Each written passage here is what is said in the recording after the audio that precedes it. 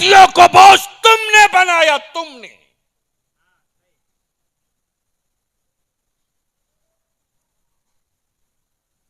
बेटियां रहमत थी, मक्तल तक तुमने पहुंचाया। ना जाने मेरे कितने उलमा तकरीर करके दम तोड़ दिए। एक दिन मैं भी मर जाऊंगा, लेकिन तुम भी नहीं बचोगे। याद रखो, हम अपने कल्ब के जवानों से कहेंगे,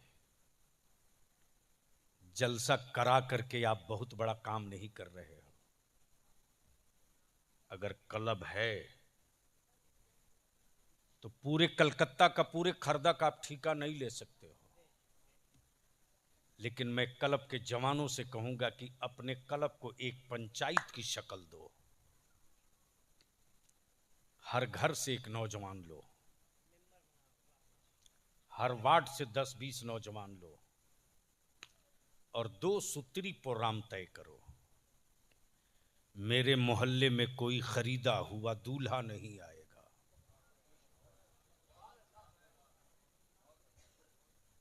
मेरे मोहल्ले में कोई, कितना बड़ा बदअकल बाप है यार। जमीन बेचकर, कर्ज लेकर,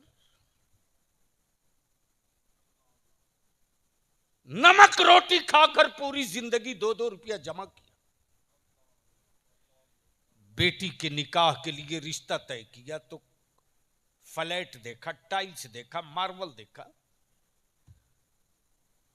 और उस नाकारा दामाद के लिए कर्ज लेकर बाइक दिया, नकदी दिया, जहेज का सामान दिया। मैं तुझसे पूछता हूं, ईमान तू अपना कब मजबूत करेगा? तुम सब दे दो, तेरी बेटी सारा साजो सामान लेकर रुखसत होकर जाए ससुराल, और ससुराल की चौखट पे कदम रखे तेरे दामाद को हार्ट अटैक आवे, मर जाए। क्या टीवी, फ्रिज, नकदी, बाइक, कार के साथ भेजे हो उस घर में तेरी बेटी की जिंदगी बसर हो जाएगी? अरे बोलो ना, क्यों? क्यों? शौहर नहीं। हम आपसे विनती करके कहेंगे, आप परवरिश के मालिक हो, राजिक नहीं हो। आपकी जिम्मेदारी परवरिश की है, जिंदगी देने की नहीं है। आप नेक और सालेह परवरिश कर दो और खरीदा हुआ दामाद मत लाओ। छोड़ दो रब की कुदरत पर, बेटी के मुकद्दर पर। गरीब हो लेकिन ईमान वाला हो। बोल दे, बोल दे, बोल दे। गरीब हो लेकिन ईमान वाला हो। ईमान वाले की गुर्बत की रोटी में बड़ी बरकत है रे, बड़ी बरकत है, बहुत बरकत है। इसलिए मेरे अजीज कलब के नौजवानों से, बुजुर्गों से मैं कहूंगा कि एक पंचायत बनाओ और उस पंचायत का फैसला यही हो कि खरीदा हुआ दामाद नहीं आएगा। जिस दिन ये काम शुरू कर दोगे और अपनी बेटियों के हाथ में स्मार्टफोन मत दो, मत दो, मत दो। आज झूठ बोलते तेरे बेटे, झूठ बोलते, झूठ बोलती कि हम मुसलमान थे इसलिए मुझको नौकरी नहीं मिली। झूठ। हलचल साहब, एक दौर था 2005 से पहले, जब बलियाबी जिले का जिला घूम जाता था तो शायद 2-1 ऑफिसर मुसलमान मिलता था। मुझे फख्र है कि बलियाबी एमपी रहा, एमएलसी रहा, राजनीति में है, खम ठोक के हिस्सा लेते हैं। हुकूमत चाहे जिसके साथ चले, हिस्सेदारी में कमी नहीं होने देंगे। आज अल्लाह का शुक्र है कि जिस थाना में फोन करता हूं, डीएम हो, एसपी हो, थाना हो, ब्लॉक हो, सीओ हो, कोई ना कोई मेरा जरूर निकलता है। और जैसे ही खबर जाती है कि बलियाबी का फोन है, हमारे बच्चे कहते हैं हजरत सलाम वालेकुम, उस वक्त बलियाबी की आंखें खुशियों से छलकने लगती।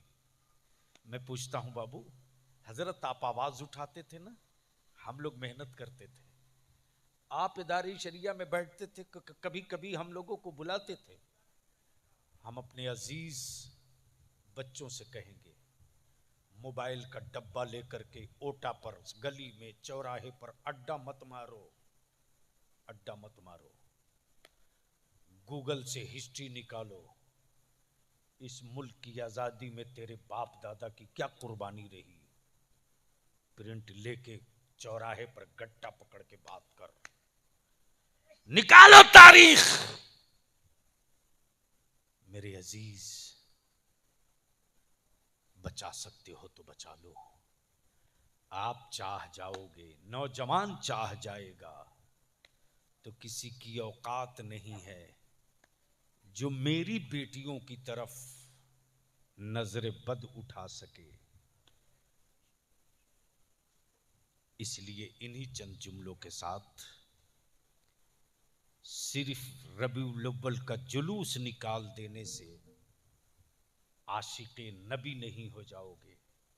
हमने एक नारा दिया है, अब नहीं, हमने एक नारा दिया है और उस नारे को हर हर हर जलसे में लगना चाहिए। वो नारा क्या है?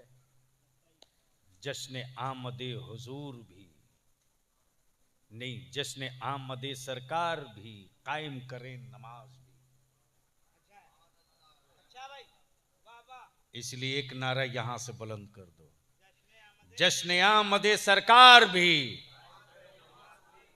जोर से दोनों हाथ उठा के, पूरी ताकत लगा के मैं बोलूंगा जश्न आमदे सरकार भी, आप बोलेंगे कायम करें। स्टेज से लेकर इधर तक, जश्न आमदे सरकार भी, जश्न आमदे सरकार भी, जश्न आमदे सरकार भी। मत 3 टाइम खाओ, 2 टाइम खाओ। मत अच्छा लिबास पहनाओ, मोटिया मार्किन पहना दो। मत टाइल्स मार्बल लगाकर कोठी बनाओ, टूटे हुए तख्ते पे सुला दो। इसी पैसे को बचाकर अपनी औलादों को पढ़ा दो। जब तेरी औलादों के हाथ में कलम का नोक होगा तो खंजर या तोप की औकात नहीं कि रुख तेरी तरफ कर ले। अब मस्जिदें बनाने का मसला नहीं है रे, बनी हुई मस्जिदें बचाने का मसला है। बनाने के लिए ईंट, गिट्टी, मिट्टी की जरूरत है, बचाने के लिए कलम के पावर की जरूरत है। इसलिए मत 3 टाइम खाओ, बंद करो बारात ले जाना यार, निकाह को सस्ता करो, आसान से आसान कर दो, ताकि बेटियां जहमत न बने। रहमत थी, रहमत हैं, रहमत रहें। यार जिंदा, सोहबत बाकी। सलातो सलाम के लिए खड़े।